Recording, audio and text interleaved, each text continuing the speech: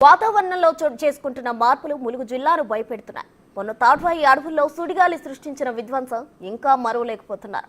ఎందుకంటే 500 ఎకరాల అడవిలో దాదాపుగా 1,00,000 భారీ వృక్షాలు నేలమట్టమయ్యాయి. అంతకుముందు 2019లో కారు మోపులు కమ్మేయడంతో కుంభవృష్టి తప్పదని స్థానికులు భయపడ్డారు. అప్పుడు ప్రమాదం తప్పింది. కానీ మొన్న అడవిలో బీభత్సం సృష్టించింది అని అనుకుంటున్నారు స్థానికులు. ఇంతకీ ములుగు జిల్లాలో ఎందుకు ఈ మార్పులు? ఏదైనా ప్రమాదానికి, పెను విపత్తుకు ఇది సంకేతమేనా?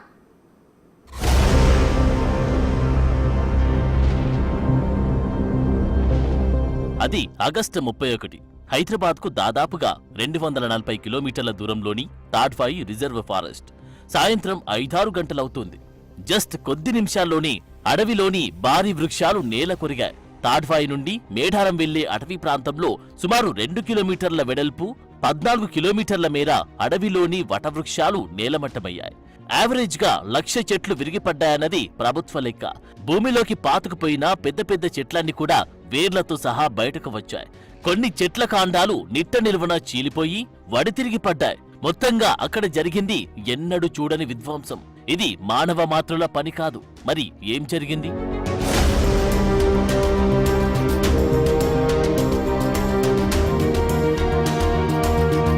ఈసారి అదే రిజర్వ్ ఫారెస్ట్ ఏరియా.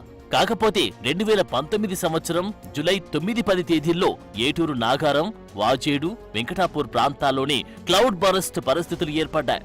ఆకాశంలో ఉండాల్సిన మేఘాలు గ్రామాల్లోని ఇండ్లను తాకేలా కిందకు వచ్చాయి. టోర్నడో ఏర్పడుతుందా అనేలా కారు మేఘాలు కమ్మేశాయి. పంట పొలాల్లో పనికి వెళ్లిన కూలీలు, గ్రామాల్లోని ప్రజలు అంత దగ్గరగా మేఘాలను చూసి భయాందోళనకు గురయ్యారు. కొన్ని గంటల పాటు భీకరమైన మేఘాలు భూమికి దగ్గరగా ప్రయాణించాయి. కొన్ని చోట్ల తెల్లని మబ్బులు, మరికొన్ని చోట్ల నల్లని మేఘాలు భూమిని తాకినంత పనిచేశాయి. అయితే కొన్ని గంటల తర్వాత ఆ మేఘాలు ఆకాశం వైపు పయనించడంతో ఆ ప్రాంత వాసులంతా ఊపిరి పీల్చుకున్నారు. అయితే ఈ ఘటనపై అప్పుడే అధికారులు స్టడీ చేసి ఉంటే ములుగు జిల్లా పరిధిలోని ప్రకృతిలో వస్తున్న భారీ మార్పుల గురించి కొంత సమాచారం తెలిసి ఉండేది. అరవింద సమేత సినిమాలో ఎన్టీఆర్ ఓ డైలాగ్ చెప్తారు, నల్లమబ్బు ఆకాశాన్ని కమ్మినట్టు నల్లగుడిని కమ్మేస్తా అంటారు. సేమ్ సీన్ తాడ్వాయి అడవుల్లో ఏర్పడింది.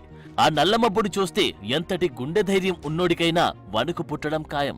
అలాంటి మబ్బులు తాడ్వాయి ఫారెస్ట్ రేంజ్ లోనే ఎందుకు ఏర్పడ్డాయి అనేది ఇక్కడ క్వశ్చన్.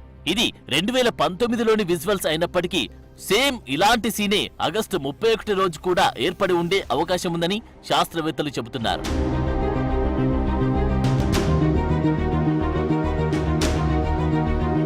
జలాశయాలు, నదీ ప్రవాహాలు ఉండే ప్రాంతంలో కనిపించే వాటర్ స్పౌట్స్ తాడ్వాయి సమీపంలో ఏర్పడ్డాయని అధికారులు ప్రాథమికంగా నిర్ధారించారు. మేఘాలు అత్యంత కిందకు రావడం, అదే సమయంలో అతివేగంతో గాళ్లు రావడంతో టోర్నడో ఏర్పడి ఉంటుందంటున్నారు. అంతలా ప్రకృతిలో మార్పులు రావడానికి కారణాలేంటో పక్కాగా చెప్పలేకపోతున్నారు. ఐఎండీ, నేషనల్ రిమోట్ సెన్సింగ్ సెంటర్లు ఘటన జరిగిన సమయంలో వాతావరణంలో చోటు చేసుకున్న మార్పులను అధ్యయనం చేస్తున్నాయి. నిజాలు, నివేదికలు ఎలా ఉన్నా ఇంతటి విధ్వంసం జనావాసాల్లో జరిగితే ఎలా అనే భయం వెంటాడుతోంది. అయితే ఇంతటి విపత్తు ములుగు జిల్లాలో ఎందుకు జరిగిందనే విషయం అధికారులు తేల్చాల్సి ఉంది.